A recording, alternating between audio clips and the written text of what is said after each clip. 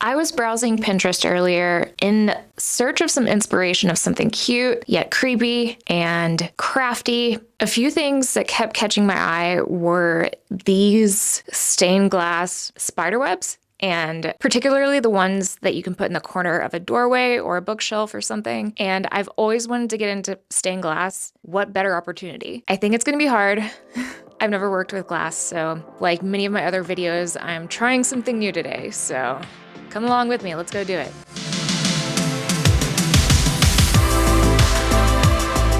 The first step is for sure mapping out a design, and I'm just going to draw something pretty simple, and I'm gonna have 2 copies of it so I can cut one out and use that as a pattern and have the other one as a reference.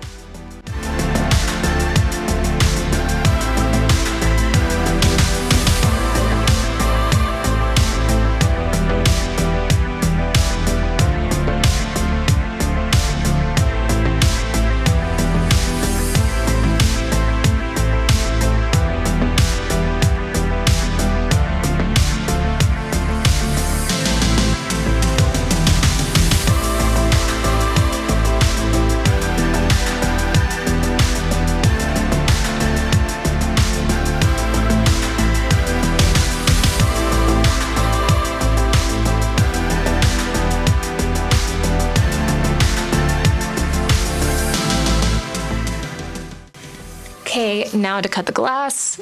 Extremely important to wear some safety glasses because nobody wants glass in their eye. And now I need to put some oil in this glass cutter. This is like basically to score the lines that I'm gonna be using this tool on to break the pieces apart.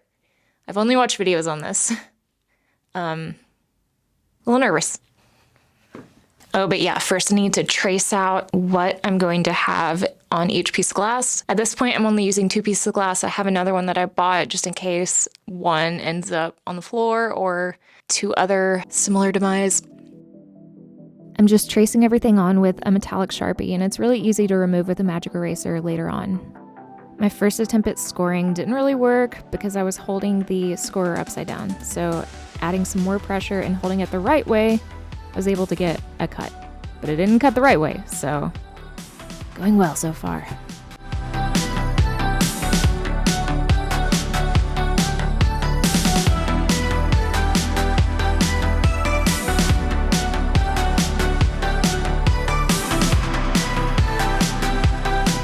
Cutting and scoring got easier the more I did it, and I started to learn what angles were good and which weren't. I'm sure I could have watched more tutorials on how to really do this, but I didn't, so.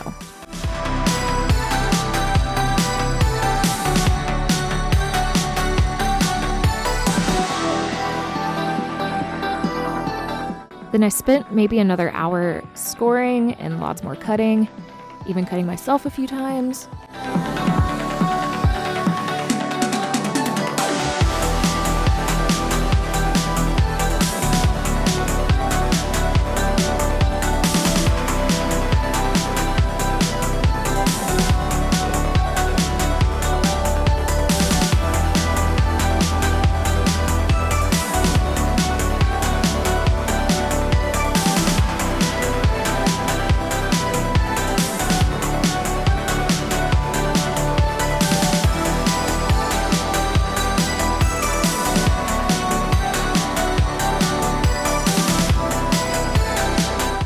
This is something that I now know happened because I didn't score correctly. You're supposed to apply an even pressure for a consistent line to get a good score line.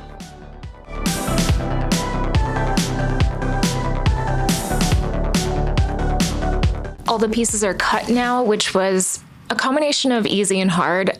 Easier than I thought it would be, also hard in a way I didn't expect.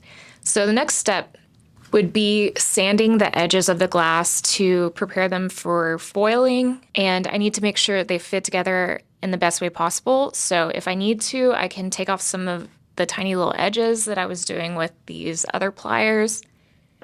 And yeah, that's it. Now this is the point where the pros usually use a grinder to smooth down the edges of their glass and get like an even shape. But I was not about to shell out $100 for something that I didn't know if I would use ever again. I do want one now though. Should have worn gloves. I have no idea why I do the things that I do.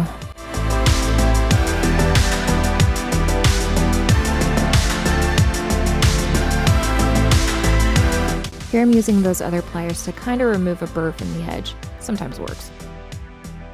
So now for foiling. This was annoying, but overall pretty easy and satisfying process.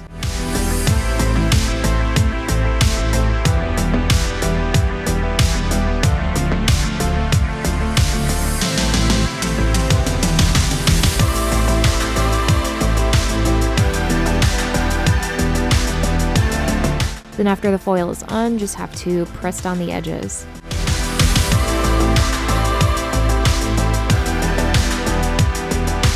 And then I used a brandishing tool to really smooth out all the foil.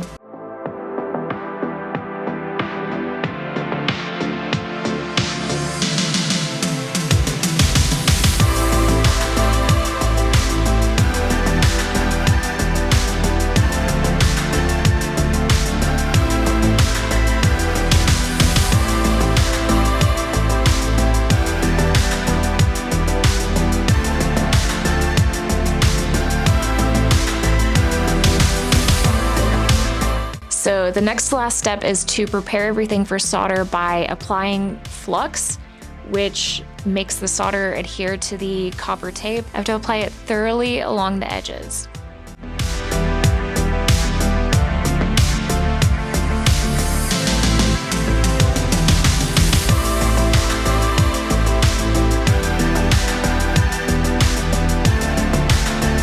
Now the very last step is soldering. So apparently I need to connect the whole thing together with small little joints before having the seams on it. So I'm gonna put it all together, then I'm going to make little beads in between all the seams and then do the rest of it. Also, it's very important to do this in a very well ventilated area because there is lead in the solder. I don't know how that's still a thing.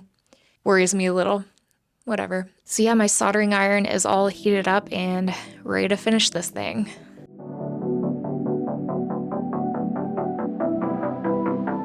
I've done a bit of electronic soldering, so this part gave me a bit of false confidence. It's pretty ugly from here. Prepare thyself.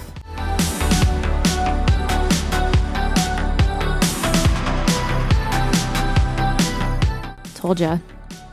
I promise it gets marginally better though.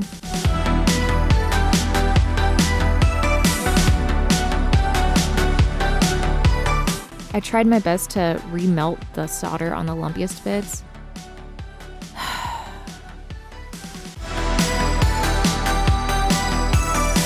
So I finally decided to switch to a new soldering iron when I realized that the old one just wasn't getting hot enough.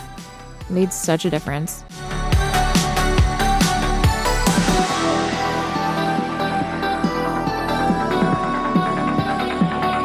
God, it was so satisfying to smooth out the old solder.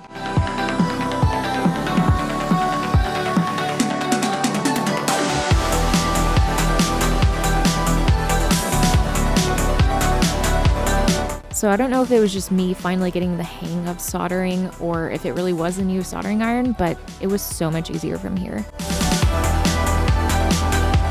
Oh my God, that was glorious. Did you get chills? I got chills.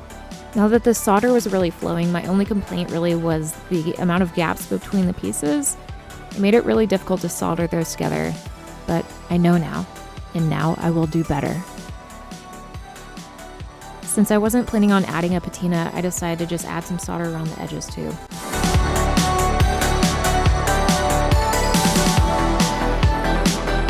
Before I show you the final result, please enjoy me struggling to attach a jump ring.